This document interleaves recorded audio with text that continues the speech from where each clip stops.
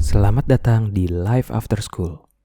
Channel ini merupakan wadah bagi postgraduate dan professionals untuk berbagi pengalaman kepada adik-adik kita yang masih SMA. Pada kesempatan ini, seorang kolega kami dengan background teknik perminyakan akan berbagi cerita. Selamat menyaksikan. Assalamualaikum warahmatullahi wabarakatuh, teman-teman semua. Hari ini saya mendatangi salah seorang teman saya yang memiliki pekerjaan sebagai petroleum engineer. Kita tanya-tanya dulu nih. Silakan berkenalan. Gimana? Mas silakan berkenalan sih. Kenalannya gimana? Saya Dita, kuliah itu teknik perminyakan ITB. Terus sekarang juga sempat kerja di bidang perminyakan, tapi pindah ke geothermal, which is sebetulnya itu satu bidang juga sih. Background-nya sebelum SMA tuh gimana? Apakah punya pengetahuan tentang petroleum engineer atau punya orang tua yang bekerja di oil and gas? Enggak. Cerita. Waktu SMA gimana? Awal-awal dengarnya jurusannya? Nggak pernah dengar sama sekali perminyakan, gitu iseng gitu masuk perminyakan. Oke. Jadi itu sebetulnya aku tuh maunya masuk teknik informatika. Karena mama tuh pengen aku masuk informatika dan kebetulan aku suka sih bidang-bidang seperti itu gitu kan. Ya udahlah ya, pengen menyenangkan hati ibu lah ya kan ceritanya. Ternyata, tapi kan kalau mau masuk kuliah itu kan ada pilihan-pilihannya nih. Waktu mau masuk ke ITB itu ada 3 pilihan kan. Pertama teknik informatika. Terus terakhir aku pilih yang ya gampang lah masuk. Terus yang tengah-tengah apa nih, bingung kan. Terus aku cerita-cerita lah sama pelatih basket di SMA itu. Terus kata dia perminyakan lagi bagus, ntar lo kalau kerja di situ masa depannya oke, kata dia gitu. Dan gue iseng nulis teknik perminyakan. Masuklah gue di situ. Jadi gue nyasar. Tapi nggak tahu ya industri perminyakan gimana? Gue nggak tahu apa-apa. Bokap gue itu dulu di bidang ekonomi. Nyokap juga kan kerjanya di perusahaan ekspor gitu. Dari background strong and weakness-nya waktu di pelajaran SMA itu apa kira-kira yang mengarahkan Dita ke situ? Apakah karena jago matematika, terus jago fisika, terus pengennya engineering aja gitu?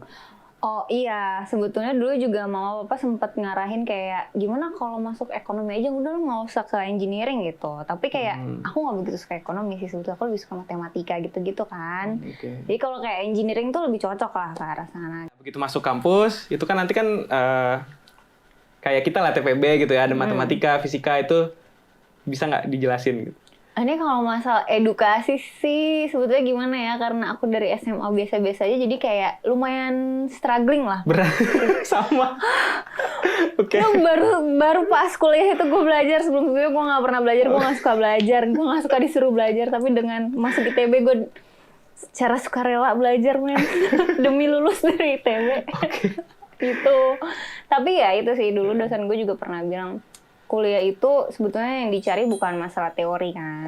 Yang penting dibangun gitu pola pikirnya, dibukakan mindsetnya ya seperti itu. Terus kayak nanti kalau misalnya kuliah perminyakan, kerja di perminyakan, di dunia perminyakan itu seperti apa. Jadi kayak dikasih tahu gitu.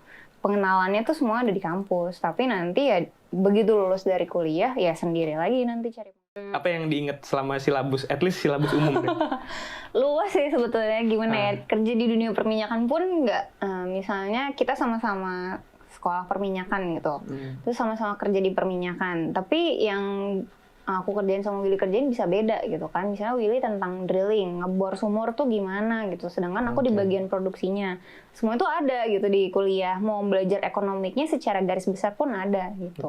Kayak gitu. Terus mengenali si fluida minyaknya itu beda-beda, itu juga ada diperkenalkan lah gitu di kampus itu. Belajar gitu. Batuan juga ada berarti ya sedikit ya? Belajar batuan tuh sebetulnya lebih ke jurusan Anda ya Pak, mohon maaf.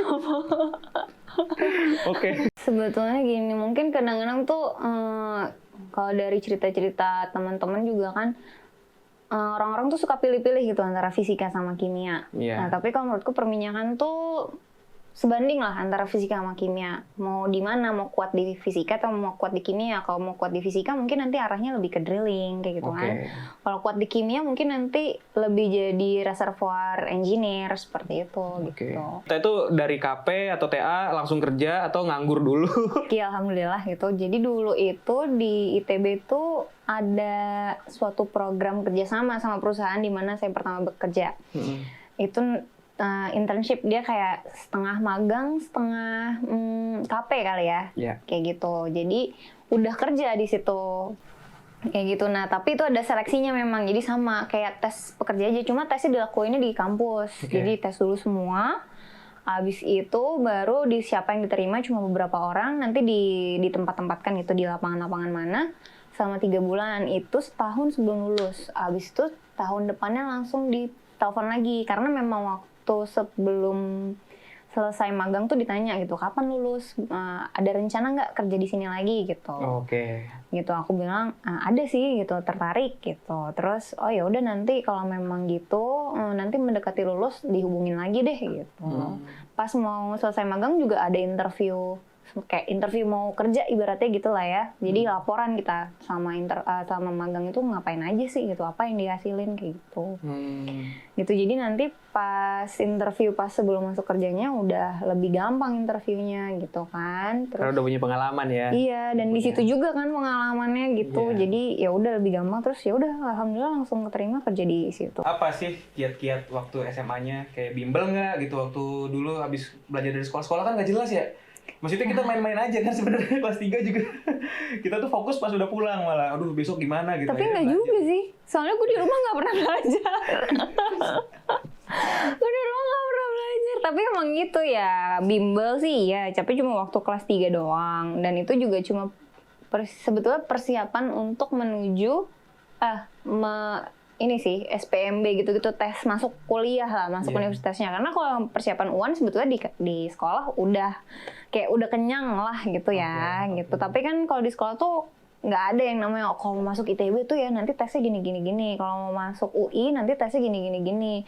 Itu kalau menurut aku sih lebih banyak di bimbel, dapat info-info kayak gitu. Nah, bahkan sebelum tes ITB pun aku sempat seminggu intens di bimbel cuma buat persiapan tes doang gitu.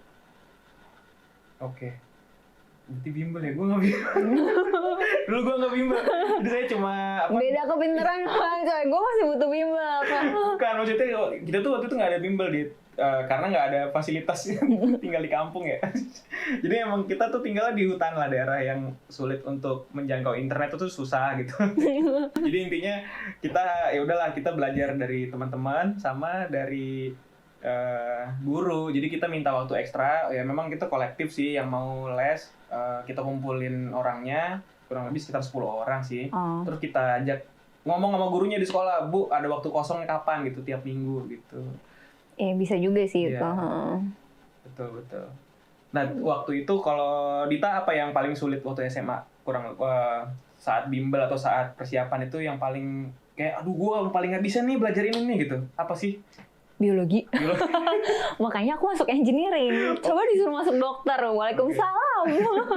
Memang rata-rata ya yang kuat-kuat biologi itu jadi dokter ya teman-teman kita. Iya, temen-temenku juga banyak kan gitu. Kalau emang dia suka biologi, gue pengen jadi dokter gitu. Tapi aku kalau biologi, misalnya biologi kan kayak agak ngafal-ngafal gitu ya. Kalau matematika nih lo tinggal ngitung aja sama tahu formulanya, logikanya gitu. Aku sih jujur, aku suka sesuatu yang logikanya bisa dipahami gitu. Betul. Jadi kalau matematika itu kan it's all about logic gitu kan. Oh logikanya gini, nanti berarti ngerjainnya gini. Oke lah, tapi kalau biologi, itu tubuh manusia itu seperti apa gitu. Itu kan ya kalau bagi aku sih susah. Makanya aku nggak mau ke arah sana gitu.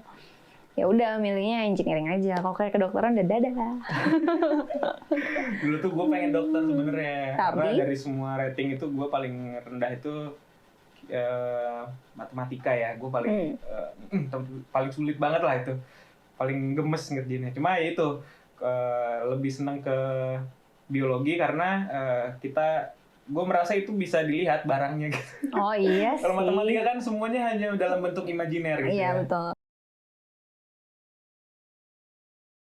Dulu zaman kita kuliah cuma 3 juta. 2,5 juta.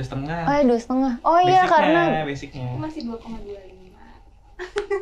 Iya benar, naiknya kan per semester loh 2,5 juta itu tahun 2008. Tapi ada uang pembangunan, jadi gue bayar 3 jutaan. Oh iya, karena itu kan di-adjust sama nilai lu. Kalau nilai lu jelek, lu tinggi bayar. Kalau orang tua lu mampu dan nilai lu jelek, lu bayar paling mahal. Nasib kita berarti. Nah itu dia. Gua 3 juta, kalau saya 3 juta. Jadi 2,5 itu basic, plus 500 ribunya itu kayak karena nilai gua nggak terlalu tinggi sih. Oh. Jadi ya, waktu dulu lu masuk lulus SMA itu ada berapa kampus yang lu pilih?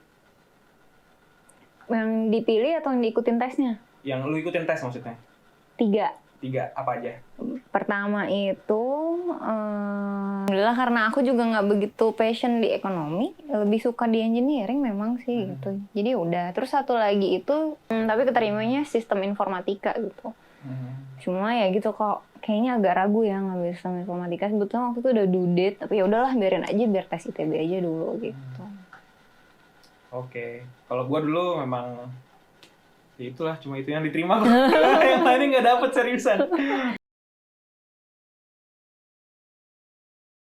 Kadang gitu sih emang, ya gimana pun kan tetap aja faktor orang tua itu ada gitu ya. Tapi jangan diterima bulat-bulat atau 100% kita ngikut orang tua juga nggak perlu. Yang penting kita yang nyaman, orang tua juga nyaman. Betul. Ya. Syukurnya juga orang tua aku juga cukup terbuka ya gitu. Walaupun ngasih ide, kamu masuk sini, tapi ya terserah kamu akhirnya mau sekolah di mana gitu. Kan yang ngejalanin kan kita juga, bukan orang tua kita gitu. Betul.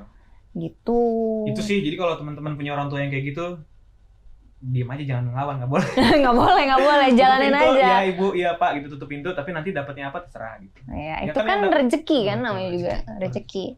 Ya bisa lah jadi bahan diskusi sama orang tua kalau emang nggak begitu suka dengan apa yang diminta sama orang tua gitu kan, pasti ada win-win solutionnya. Betul. Satu memang iya sih, kita harus tahu kita kuatnya di mana dan sukanya apa. Karena gimana pun kalau misalnya walaupun kita kuat di situ tapi nggak begitu suka gitu, takutnya nanti pas kuliah kayak aduh capek banget gitu belajarnya gitu. Tapi kalau misalnya masih ada rasa-rasa suka dikit lah paling nggak gitu kan.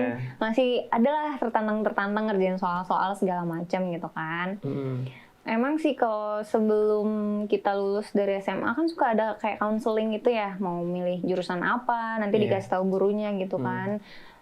Cuma ya kalau bisa sih jangan terlalu terpatok ke situ gitu, karena gimana pun kita punya passion atau apa sih yang kita suka gitu. Betul. Ya zaman sekarang enaknya dibanding zaman kita dulu nih Will.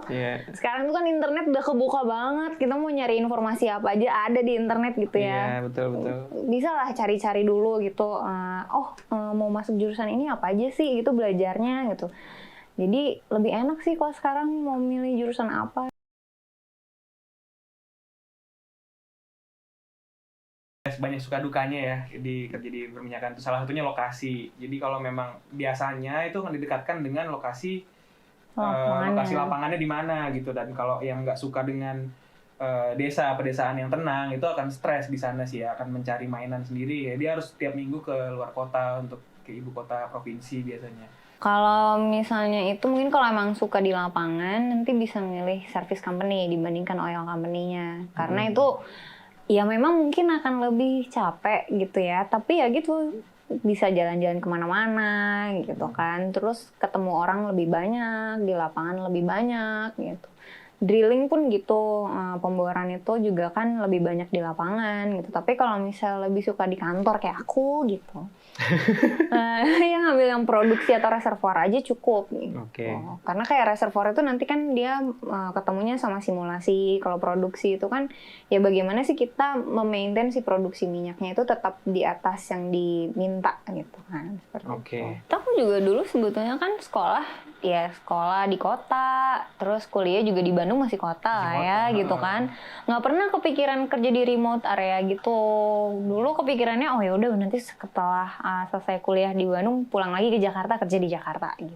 Namanya juga anak sekolah gitu kan, mindsetnya seperti itu karena ngeliat papa mama kerjanya di Jakarta gitu kan. Jadi oh ya udahlah nggak apa-apa kuliah di Bandung, nanti juga balik-balik di Jakarta lagi kerjanya. Ternyata aku kan di remote area di Sumatera Kak, beda pulau sama papa mama. Di sana nggak ada keluarga gitu kan. Tapi ya untung syukurlah lingkungannya aman, terus dan ternyata kita malah bisa explore hobi kita kan selama kerja. Itu sih kalau di remote area untungnya gitu. Jadi kalau misalnya emang mau di remote area juga. Jadi ya lumayan menyenangkan sih di remote area. Banyak waktu kosong.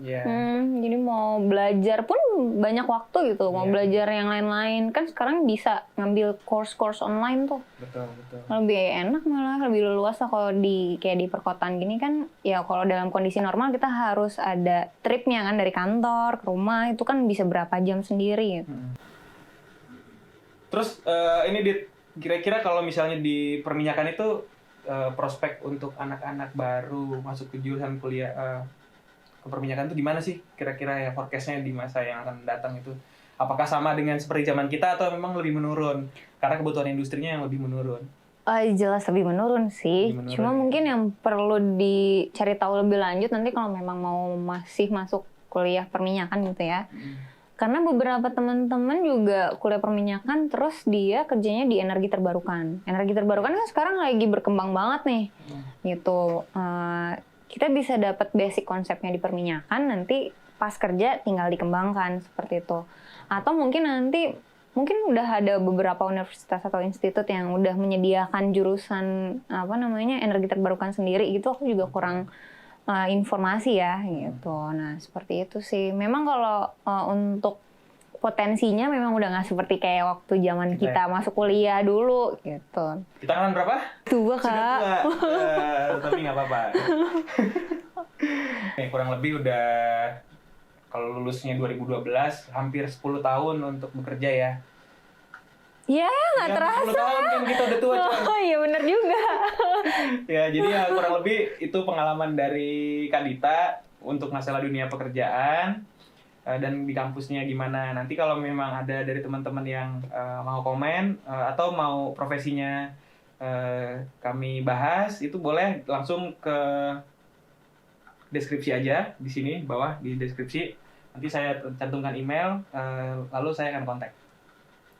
Semoga teman-teman yang masih SMA, yang masih kelas 1, ya ini berarti Kak Dita udah pasti ya, bukan IPS tapi IPA ya. Karena di IPS akan sangat sulit untuk belajar kalkulus nanti di kampusnya. Bisa sih bisa, tapi akan sangat sulit untuk adjust dari kalkulus fisika kimia itu dalam waktu yang cuma 6 bulan kalau nggak salah ya. Extra effort lah. Iya, jadi memang kalau masih kelas 1 yang nonton, kalau mau jadi seorang engineer, contohnya Kak Dita ini ya ngambil yang IPA. Terima kasih, itu saja Kak Dita. Semoga sehat-sehat dan karirnya lancar. Amin. Amin. Assalamualaikum warahmatullahi wabarakatuh. Waalaikumsalam warahmatullahi wabarakatuh. Sekian sharing dari Kak Dita sebagai petroleum engineer. Semoga video ini bermanfaat buat teman-teman yang menyaksikan. Sampai jumpa di kesempatan lainnya. Assalamualaikum warahmatullahi wabarakatuh.